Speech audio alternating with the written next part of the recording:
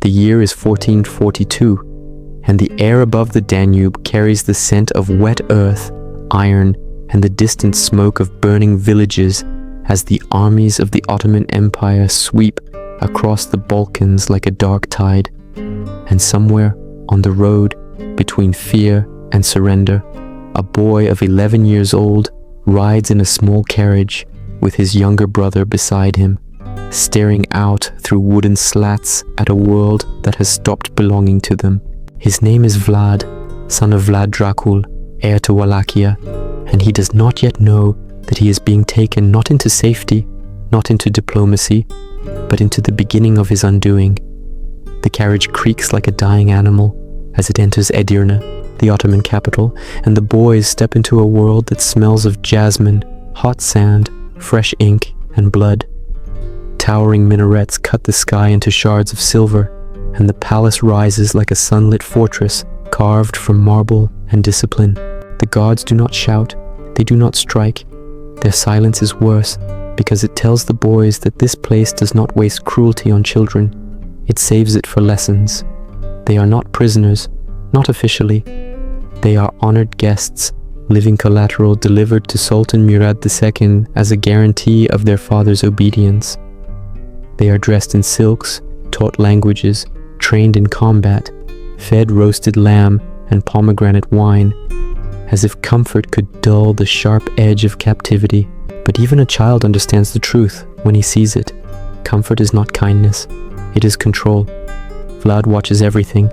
The palace gardens where courtiers laugh too loudly, the halls where whispers die before reaching the walls, the execution courtyard where a man is punished not for a crime, but for disrespecting a superior. He sees heads roll with mechanical precision. He sees bodies hung from hooks as warnings. He sees the eyes of men who have forgotten how to hope, and something small and fragile inside him begins to crack under the weight of silent observation. At night, his brother Radu sleeps easily, dreaming perhaps of home, perhaps of forgetting. Vlad does not sleep. He lies awake, listening to the echo of footsteps in the corridors, the distant drone of prayers, the soft whistle of blades being sharpened by men who have long ago replaced mercy with obedience. He learns that the Ottoman Empire does not rely on cruelty alone. It relies on the memory of cruelty, on fear carefully cultivated like a winter crop, on punishment designed not to kill quickly, but to linger in the minds of thousands who witness it. He is taught Turkish, Arabic, Persian. He studies mathematics, theology, strategy. He learns how empires rise, how they choke rebellions before they form, how they make people kneel, not through strength, but through spectacle. The Ottomans do not hide their methods from him. They consider them gifts, tools, seeds of future loyalty. They assume he will one day serve them. They assume wrong. The boys are trained with the Janissaries, elite soldiers taken from Christian families, raised without past or future, forged into weapons with no loyalties except to the Sultan. Radu excels, charming his instructors, winning the attention of the Sultan's own son, Mehmed. Vlad struggles not with the training, but with the obedience required. His spirit is too sharp, too unyielding, too unwilling to bend. And the palace, which rewards obedience with silk, repays defiance with quiet punishment behind closed doors. There are whispers among the tutors that Vlad is stubborn, that he refuses to accept his place, that he questions every order, that he watches too closely when men suffer, not with fascination, but with a strange, simmering understanding. Punishments are frequent, some mild, some not. The details are lost in the smothering fog of history, but the consequences are etched into the shape of the boy he becomes. 6 years pass this way, 6 years of gilded captivity, 6 years of studying the anatomy of fear, 6 years of realizing that the world does not run on justice, but on intimidation, carefully measured like medicine or poison, depending on the ruler's intent. The lessons soak into him like oil into cloth. He watches a man executed slowly, not because of his crime, but to teach onlookers a lesson about treason. He observes the method, the angle of the punishment, the timing, the audience, the ritual of humiliation. He does not look away. He memorizes everything, because one day he knows he will need to survive. The breaking point arrives quietly, without drama, without warning. A message reaches the palace. His father has been betrayed and murdered, and his older brother has been tortured, then buried alive by Wallachian nobles seeking Ottoman favor. Vlad reads the letter in silence. Radu weeps. Vlad does not. Something fractures inside him, not like shattering glass, but like metal placed under too much weight for too long. It bends, it twists, it hardens. The Ottomans expect grief. What they do not expect is clarity. Vlad finally understands what the palace has been teaching him all along, that mercy is an illusion, that safety is a bargain, that loyalty is a chain, and that power belongs to those who ensure their enemies never rise again. If fear is a weapon, then he will wield it. If cruelty is a language, then he will speak it fluently. If terror commands obedience, then he will master it, until even the empire that taught him trembles. When he is 17, the Ottomans release him back to a homeland in ruins. He steps onto Wallachian soil, not as a boy returning from captivity, but as something new, something sharpened, something the empire did not mean to create. The wind carries the scent of smoke and death, the forests whisper of betrayal. The people bow with caution instead of pride. Vlad closes his eyes and listens to the silence, to the memory of chains, to the phantom prayers of dying men in Ottoman courtyards, and in that breath, something ancient and terrible awakens within him. He opens his eyes, and the world does not look the same. It looks breakable, and he intends to break it back. History likes to pretend that cruelty erupts suddenly, like a volcanic flame bursting from the earth. But the truth, the part that terrifies scholars and emperors alike, is that cruelty grows slowly, carefully, with intention, like a craftsman chiseling his masterpiece in the dark. And when Vlad returned to Wallachia in 1456, 17 years old, but carrying the weight of a lifetime carved into him, the world did not witness the birth of brutality. It witnessed the sharpening of a blade that had been forged long before he ever sat upon a throne. The land he inherited was not a principality, but a carcass. Wallachia lay rotting beneath the competing jaws of two empires, Hungary to the west, the Ottomans to the east, while its own nobility, the boyars, feasted on instability like vultures tearing strips from a dying animal. Villages lay half-burnt, fields barren, rivers choked with the ashes of past battles. The people bowed out of habit rather than loyalty, their eyes hollow, their hope extinguished long before Vlad crossed the threshold of his ancestral court. The moment he entered the capital, he felt it the weight of lawlessness, the stench of treachery. He recognized it instantly because he had lived inside it in the Ottoman palace. Not the same architecture, not the same language, but the same disease, a hierarchy without discipline, an elite without fear, a population without direction. It was a kingdom waiting to collapse, and Vlad knew that if he did not crush the chaos swiftly, he would be swallowed by it like every prince before him. But where others had tried persuasion, diplomacy, compromise, Vlad brought something else. The cold mechanics of psychological warfare he had learned inside the Ottoman machine, and he would perfect it far beyond what his captors ever imagined. His first target was the class that had destroyed his family, the boyars. They sat in their manor houses like spiders, weaving alliances and betrayals with equal ease, switching loyalty the moment the political wind shifted, surviving princes, assassinations, invasions, and rebellions with a smugness that came from knowing that the throne was a temporary guest and they were the permanent hosts. Vlad understood them. Worse, he understood how to break them. He summoned them to a feast. Hundreds arrived, draped in velvet and gold, smelling of frankincense, arrogance, and the intoxicating certainty that they had outlived every ruler since they themselves were children. They toasted him, praised him, congratulated him for reclaiming his father's seat.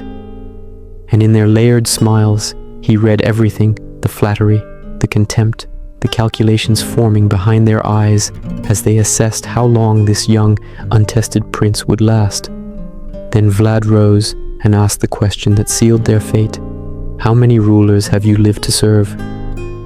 It was not the words that mattered. It was the laughter. Some said 7, others said 9. A few, drunk on their own pride, claimed a dozen. They believed they were boasting. They believed longevity meant cleverness. They believed that survival was proof of superiority. Vlad saw only one thing: proof of treason woven through generations. The hall darkened, his expression changed, the feast died in their throats, and with a single gesture, the doors slammed shut. Guards poured in, and the boyars realized too late that they were not guests. They were specimens. But this moment, as brutal as it seemed, was only the beginning of Vlad's descent, because what came next was not anger, not rash violence, but a carefully calculated restructuring of Wallachian power from the bones upward. He divided the boyars into 2 groups, with surgical detachment, the old and influential, who had orchestrated decades of assassinations and betrayals, and the young, who had inherited corruption like a family heirloom. The old were put to death, but not swiftly. Vlad needed an opening act for the theater of fear he intended to build. Their bodies were hoisted onto stakes outside the palace walls, arranged in rows like a grotesque orchard of warning. It was not simply punishment. It was message, architecture, propaganda. The young boyars and their families were marched to the ruins of Poenari Fortress, high in the Carpathian Mountains, where Vlad forced them to rebuild the walls, stone by stone, with their bare, bleeding hands. Noble blood soaked into the soil for months as they constructed the very citadel that would later become Vlad's stronghold. A new aristocracy was being born through exhaustion, terror, and submission, and that was the point. Not destruction, but replacement. Vlad was crafting a society rooted not in privilege, but in obedience. But the boyars were only the first layer of the old order he intended to dismantle. Next came the justice system, an absurd tangle of contradictory laws, bribery, and corruption, where criminals walked free if they paid enough silver, and peasants were punished for the crimes of their lords. Vlad burned the law codes. He rewrote them. He enforced them with absolute clarity and catastrophic severity. Theft, lying, treason, tax evasion, punishable by impalement, murder impalement, conspiracy impalement, breaking a promise, depending on who it harmed, possibly impalement. And though the world would later whisper that he was mad, the people, the peasants, the farmers, the widows, the caravan merchants called it order. Crime disappeared. Streets became safe. Travelers could ride from one end of Wallachia to the other, with a bag of gold openly hanging from their belt, and not fear a single thief. But peace built on horror is a fragile miracle, and every miracle carries a cost. Diplomats tried negotiating with him. Envoys tried reasoning with him. Merchants tried bribing him. He responded not with words, but with symbols. When Ottoman emissaries refused to remove their turbans in his presence, a religious custom they believed he would respect, Vlad admired their devotion, then ordered the turbans nailed directly into their skulls so they would never again be tempted to remove them. This was not mere cruelty. It was theater. It was codified intimidation. It was the transformation of diplomacy into spectacle. And the Ottomans understood the message. Vlad was no longer the frightened boy they had once molded. He was the product of their system, perfected, refined, turned back against them. But the most important dissent was internal, because cruelty used once can be a strategy. Cruelty used twice can be a necessity. But cruelty used consistently becomes identity, and somewhere in the quiet hours of ruling, before the forests of impaled bodies, before the night attacks that shook empires, before the unimaginable horrors that would rewrite his name into myth, Vlad began to realize something. The more he wielded fear, the more powerful he became. And the more powerful he became, the less he feared anything at all. Power was no longer a tool. Power was becoming a hunger. And hunger, once awakened, demands to be fed. The true terror of Vlad the Impaler was not the forest of bodies that greeted the Ottoman army, nor the night raids that plunged seasoned soldiers into trembling paranoia, nor even the methodical cruelty of stakes rising like wooden spines from the earth, but something far more disturbing. The realization that everything he did was the result of careful study, deliberate refinement, and a mind molded by trauma into a weapon sharper than any blade. Because the closer we come to the heart of this chapter, the more unmistakable it becomes that the real horror was not the spectacle, but the intention behind it. Vlad did not lash out in fury. He orchestrated terror with the cold precision of someone who understood exactly how long a human scream could travel over an open valley, how fear spreads faster than fire, and how suffering can be engineered the way architects shape castles and kings shape nations. Imagine a landscape where silence itself becomes a threat, where every shadow carries the weight of suspicion, where every traveler avoids speaking above a whisper because a careless word might be interpreted as disloyalty. This was Wallachia under Vlad's rule, and it was in this suffocating atmosphere that the unspoken horror truly began, not in the battlefield confrontations or the public executions that foreign envoys recorded with shaking hands, but in the spaces between, in the dark halls of Vlad's mind, where a single principle reigned: survival requires the annihilation of uncertainty. To Vlad, treachery was not an event, but a condition, a constant threat woven into the fabric of human nature, and the only way to neutralize it was to demonstrate consequences so unimaginable that even the thought of disobedience turned to ash. It was in these years, after seizing the throne and after purging the boyars who had murdered his family, that Vlad developed what can only be described as a philosophy of terror, a meticulously designed system where pain was not punishment, but instruction.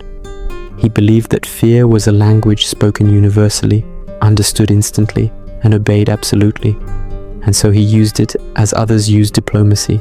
A traveler caught stealing a horse might find himself suspended above a sharpened stake, not because the crime warranted death, but because the story of his death would travel farther than the thief ever could. A merchant accused of manipulating grain prices might be impaled not because the market demanded justice, but because his execution could silence dissent for a generation. The question was never what a victim had done. The question was what their suffering could teach. But the true descent into horror began when Vlad realized that the Ottomans, the architects of his childhood fear, the empire that had forged him in captivity, were finally preparing to march against him. He knew he could not defeat them in open battle. He knew that no intimidation of merchants or nobles, no executions in town squares, no minor purges or symbolic punishments would prepare his land for what was coming. And so, he shifted into a mode of thinking that few leaders before or since have ever reached, a mode where warfare was not about killing opposing soldiers, but about breaking their minds long before the swords ever met. To do this, Vlad needed something unprecedented, something that would not simply horrify, but annihilate the psychological strength of those who witnessed it. This idea, the seed of the unspoken horror, began with meticulous experimentation. Surviving chronicles describe Vlad observing executions with the attention of a scholar, noting which method elicited the longest screams, which caused the slowest deaths, which left the most indelible memories on the living. He tested the curvature of stakes, the thickness of wood, the angle of insertion, the timing between impalements. He separated captives according to age, endurance, resistance, and fear response. He studied how long victims remained conscious at different heights and positions, how long blood flow could be controlled, how decomposition altered the visual impact over time. In a way that feels almost monstrous to admit, Vlad treated human bodies the way engineers treat siege engines, as mechanisms to be optimized. This is why accounts of his cruelty feel both surreal and sickeningly methodical. The slow impalements were not improvisations. They were the result of years of observation and refinement. The geometric placement of bodies in spirals, circles, and stars was not artistic madness. It was psychological choreography. Vlad understood that a soldier might resist a single atrocity, but a landscape transformed into a gallery of orchestrated suffering could do more damage than any sword or cannon could ever achieve. And then, in the spring of 1462, the unspoken horror was finally unleashed in its complete form. The Ottoman army began its march, confident in its numbers, bolstered by its victories, certain that a small principality could not withstand the full might of the empire. What they did not know, what they could not know, was that Vlad had spent months capturing scouts, raiding border settlements, detaining deserters, and gathering prisoners, not for interrogation, not for ransom, but for construction. The forest of the impaled was not built in days. It was engineered over weeks, with rows planned like military formations and heights selected according to rank. The air was thick with the metallic scent of blood long before the first Ottoman banner rose above the horizon. Imagine the horror of the first patrols who saw it, the quiet steps slowing, the light shifting, the shock turning to paralysis, as shapes in the field resolved into human forms suspended on wooden poles, bodies swaying in the breeze, limbs stiffened by rigor mortis or trembling with the last shivers of fading life. Imagine the realization spreading among the soldiers that some of these men had been alive for days, their throats too dry to scream, their eyes pleading without the strength to close. Imagine the cries of prayer, the retching, the frozen disbelief.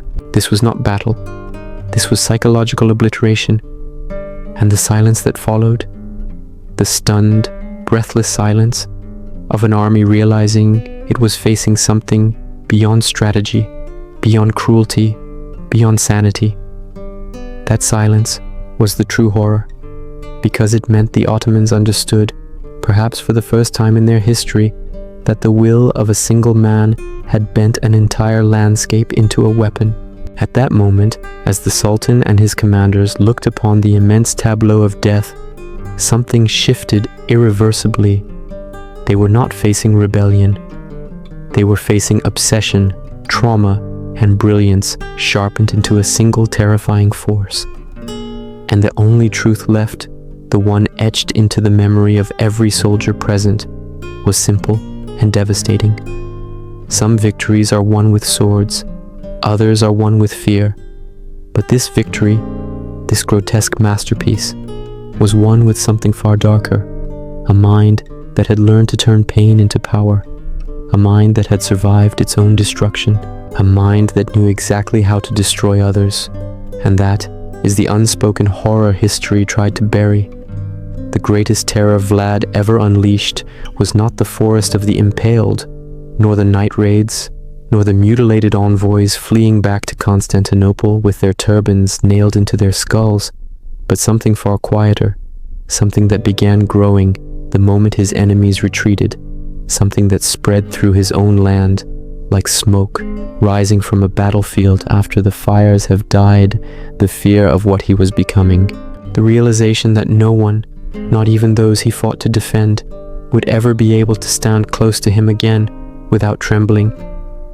Because after the Ottomans turned back, after the smoke cleared, after the world witnessed what one man's obsession with psychological warfare, could do to the most powerful empire on earth, something irreversible happened.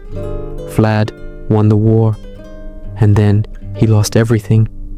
The winter of 1462 fell over Wallachia like a shroud, cold, heavy, silent, and in that silence his people began to understand something terrifying, that the man they called voivode had not brought his methods home as temporary weapons, but as a permanent worldview carved into him by childhood imprisonment, political betrayal, and a lifetime of violence so intimate it had become indistinguishable from his identity. The terror used on the enemy was now the language he spoke to everyone, and fear, once unleashed, does not vanish when the enemy does. It lingers, it stains, it echoes. The boyars who survived his purges whispered that they saw him wandering the corridors of the princely court late at night, candle in hand, studying the architecture as if calculating the exact angles where shadows fell, not for decoration, but for intimidation. Merchants spoke of new laws so severe that even a minor price increase could lead to a stake. Peasants told stories of riders who appeared at dusk to drag men away for infractions so trivial they felt supernatural, as if no human ruler could possibly be watching so closely. And perhaps he wasn't. Perhaps something inside him had taken the throne instead.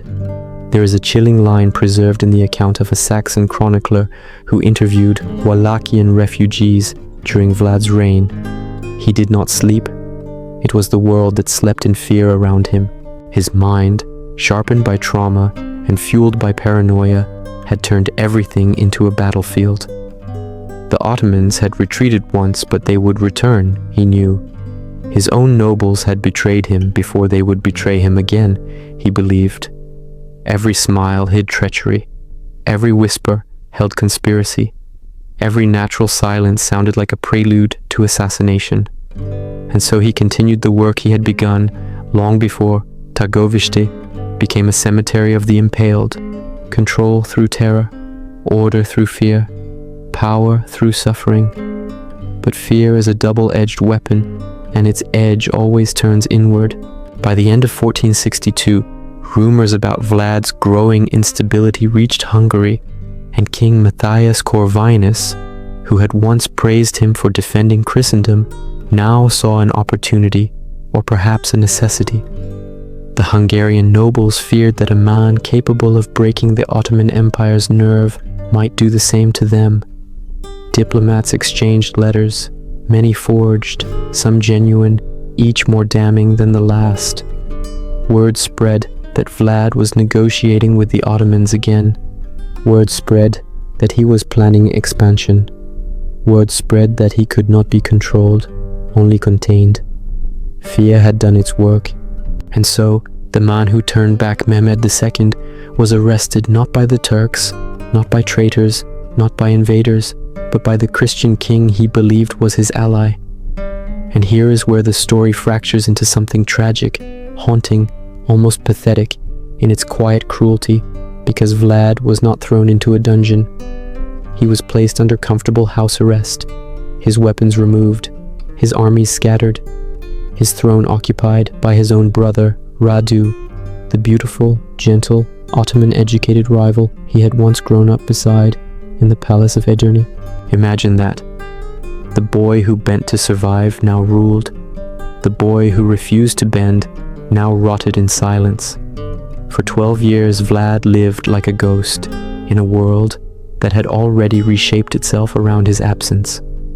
The Hungarians allowed him to walk, to dine, to marry, to father children, but never to rule.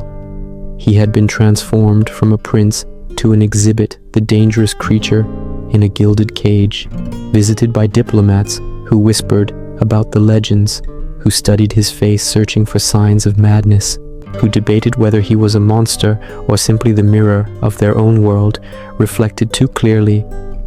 But years of captivity do not soften a man, they calcify him. And so, when the opportunity finally came, when Moldavian allies begged him to return to Wallachia and restore order, he said yes, with the quiet certainty of a man who had been waiting for the world to tremble again. He rode back into his homeland in 1476, older, harder, carved from stone, carrying with him the same methods, the same instinct, the same relentless machinery of fear. But Wallachia had changed. The Ottomans were stronger, the nobles were divided, the peasants were exhausted, the ghosts of the impaled were still whispering in the fields. He reclaimed the throne, briefly, but his reign was no longer a reign. It was an echo, a lingering shadow, a man chasing the shape of the terror he once commanded, and the world, which had once recoiled before him, now simply stepped out of the way and let him walk toward his own end. His death came suddenly, a winter ambush, a chaotic melee, his own men mistaken him for an Ottoman rider in the confusion. Or perhaps they recognized him and chose the moment. History is silent. Silence often hides the darkest truths. His head was sent to Constantinople, preserved in honey. Imagine the scene. Mehmed II, the conqueror of Constantinople, his childhood companion, the man who once played games with him in the palace gardens, now holding the severed head of the boy who refused to bow. A grotesque reunion, a tragic symmetry, a story that ends where it began. The Ottomans displayed the head on a stake, and somewhere in that terrible image, Vlad finally became the thing the world would remember, a specter, a myth, a horror. But here is the truth most people never consider. The real forest of the impaled was not made of bodies, it was made of memories, and the echoes still linger.